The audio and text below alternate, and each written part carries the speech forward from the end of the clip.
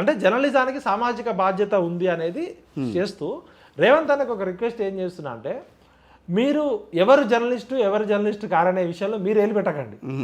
అది జర్నలిస్టులే ఎవరికి వాళ్ళు ఆ సంఘాలు ఉన్నాయి, అసోసియేషన్స్ ఉన్నాయి, వాళ్ళకి వాళ్ళే కొన్ని రూల్స్ అండ్ రెగ్యులేషన్స్ పెట్టుకొని డిజిటల్ మీడియా రంగంలో రావడానికి ఉన్న ఇదొక ప్రొఫెషన్. ఏ వృత్తికైనా కూడా కోడ్ ఆఫ్ కాండక్ట్స్ ఉంటుంది, రూల్స్ అండ్ రెగ్యులేషన్స్ ఉంటాయి. అది మనమే పెట్టుకోవాలి. ఇప్పుడు మీరు యూట్యూబ్లో ఛానల్లో పనిచేస్తున్నారు అనుకో, మీరు జర్నలిస్ట్ కాదా? ఇప్పుడు నేను ఒక 15-20 సంవత్సరాలు మెయిన్ స్ట్రీమ్లో పనిచేసి వచ్చి చేస్తున్నా. ఇప్పుడు నేను జర్నలిస్ట్ కాదా? మనకి మనమే తెలుస్తుంది కదా. అంటే అర్హత లేని వాళ్ళు, బాధ్యత లేని వాళ్ళు వస్తే ఈ సమాచారాన్ని బాధ్యతగా చేరవలసింది. కాబట్టి మీరు మాట్లాడిన భాష డిజిటల్ మీడియాని కొంచెం అవమానపరిచే విధంగా ఉంది రేవంత్ అన్న. ఎందుకంటే మీరు ఆ సోషల్ మీడియా బేస్ చేసుకొని మీరు అధికారంలోకి వచ్చారు. ఇప్పుడు ఆ రోజు తిన్మార్ మల్లన్న కావచ్చు, మన తొలివేలుగు రఘు కావచ్చు, కాలోజీ టీవీ కావచ్చు, శ్రావ్య కావచ్చు, ఒక 10-15 మంది కేసీఆర్ ప్రభుత్వాన్ని వ్యతిరేకించి మెయిన్ స్ట్రీమ్ మీడియా మొత్తం కేసీఆర్కి అమ్ముడుపోతే ఈ సోషల్ మీడియా ద్వారానే ఇలా కాంగ్రెస్ పార్టీ అధికారంలోకి వచ్చింది. ఇప్పుడు నేషనల్ వైడ్ ధృవతార అనేట ఆయన కొన్ని లక్షల మిలియన్ల కొద్ది వ్యూవర్స్ ఉన్నారు. అదేవిధంగా ఎన్డీటీవీ నుంచి బయటకు వచ్చిన రవీష్ కుమార్ గారు కూడా చాలా ఉంది. సోషల్ మీడియా వల్లనే ఇలా సోషల్ మీడియాని ఎవరు ఆపలేరు. కాకపోతే మనకి మనం స్వీయ నియంత్రణ ఉండాలనేది ఒక జర్నలిస్ట్గా నేను రిక్వెస్ట్ చేస్తున్నా. అసలు వాట్సాప్ లేకుండా, యూట్యూబ్ లేకుండా అసలు ఇవాళ ప్రపంచమే లేదు. కాబట్టి నువ్వు నీ పరిమితికి మించి ఎక్కువ మాట్లాడితే ఏమైందంటే అనవసరంగా జర్నలిస్టులలో సోషల్ మీడియా అనేది పవర్ఫుల్. దానికి కొంచెం సవరించుకుంటే ఆయన ఉద్దేశం మంచిదే కావచ్చు. వినాశకాలే విపరీత బుద్ధి అన్నట్టు విపరీత ధోరణి పనికిరాదు. అతి సర్వతా చేస్తున్నారు. మన వాళ్ళు క్యాప్షన్ ఒకటి పెడుతున్నారు, తంబనేలు ఒకటి పెడతారు, లోపల కంటెంట్ కోసం షేకింగ్ న్యూస్, బ్రేకింగ్. ఇప్పుడు టీవీ ఎవరు చూడట్లే, పేపర్ ఎవరు చదవట్లే, అందరు కూడా డెమోక్రటైజ్ అయింది. మొబైల్ అనేది న్యూస్ని డెమోక్రటైజ్ రెవల్యూషన్. కాబట్టి ఖచ్చితంగా ప్రభుత్వాలు, పాలకులు చేసే తప్పులని ఎండగట్టడము, ప్రశ్నించడం అనేది బాధ్యత. అది ఏ రూపంలో చూపించినా అది జర్నలిజమే. మీరు 2014 నుంచి 2020 ఇట్లనే చేస్తే ప్రజలకు నమ్మకం కోల్పోతారు రేపు పొద్దున. ఇప్పుడు ఇవాళ రేపు సోషల్ మీడియా వచ్చినాక ప్రశ్నించడము, ప్రశ్నే నాగరికత, ప్రశ్నే ప్రజాస్వామ్యం.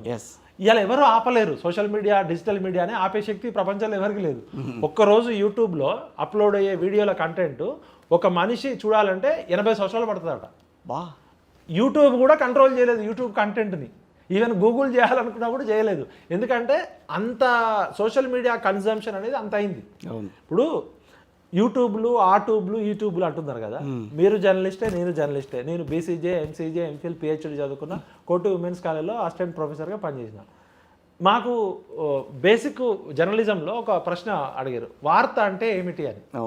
అప్పుడు ఏబీకే రకరకాల డెఫినేషన్స్ ఉన్నాయి, వెస్టర్న్ డెఫినేషన్స్, బ్రిటిష్ డెఫినేషన్స్.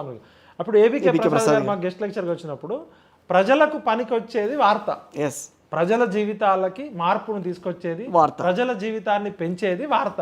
మిగతాది ఏది కూడా వార్త కాదు. అది ఎంటర్టైన్మెంట్ కావచ్చు, ఇంకోటి కావచ్చు. అదేవిధంగా జర్నలిస్టులు అంటే ఎవరు అని రేవంత్ అన్న అడుగుతున్నాడు. రేవంత్ అన్నకి జర్నలిజం బ్యాక్గ్రౌండ్, ఆయన కూడా జాగృతి పత్రికలో పనిచేసిండు. జర్నలిస్ట్ అనడానికి పర్టికులర్ డెఫినేషన్ ఏం లేదు ఈ దేశంలో.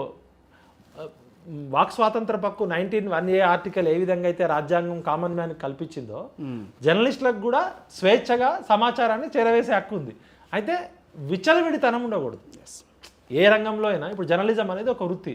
ఆ వృత్తికి ఒక అర్హత, అక్కడ క్వాలిఫికేషన్ కావచ్చు, ఎక్స్పీరియన్స్ కావచ్చు, వాడే భాష కావచ్చు, బాధ్యత, ఈ రెండు ఉండడం అనేది స్వీయ నియంత్రణ. అందుకనే బ్రిటిష్ BBC ఛానల్ వాళ్ళు ప్రపంచవ్యాప్తంగా BBC అనేది కొలబద్ద ప్రామాణికంగా. వాళ్ళు ఏం చేసిరంటే ప్రభుత్వాలు పెడితే నియంత్రణ అవుతుంది, మనకి మనమే సెల్ఫ్ అంబుడ్స్మెంట్ సిస్టమ్ పెట్టుకున్న మొట్టమొదటి సంస్థ.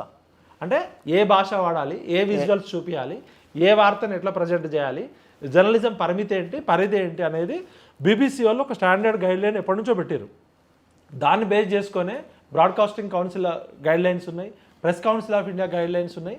డిజిటల్ మీడియా అనేది కొత్తగా వచ్చింది కాబట్టి మనమే జర్నలిస్టులమే మనము ఒక పరిధి మనకి మనం పెట్టుకోవాలి. ఎందుకంటే ప్రభుత్వాలు నియంత్రించాలని చెప్తాయి.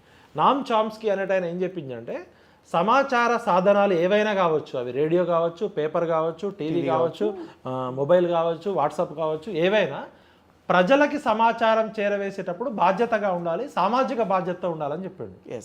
ఆ సామాజిక బాధ్యత మిస్ అయినప్పుడు రాజకీయ నాయకులు ఏలు పెట్టాలని చూస్తారు, ప్రభుత్వాలు ఏలు పెట్టాలని చూస్తారు. జర్నలిస్ట్ అంటే నిజం చెప్పేటోడు జర్నలిస్ట్ అండి. అది ఫోన్లో చెప్తున్నాడా, టీవీలో చెప్తున్నారా, రేడియోలో చెప్తున్నాడా, పేపర్లో రాస్తున్నాడా? గతంలో స్వాతంత్రోద్యమంలో గాంధీ గారు, అంబేద్కర్ గారు గోడ పత్రికలు నడిపించేటోళ్ళు. వాళ్ళు చేసింది జర్నలిజం. స్వాతంత్రోద్యమంలో జర్నలిజం చేశారు. బ్రిటిష్ వాళ్ళు చేసే అరాచకాలని వెలుగెత్తి చూపి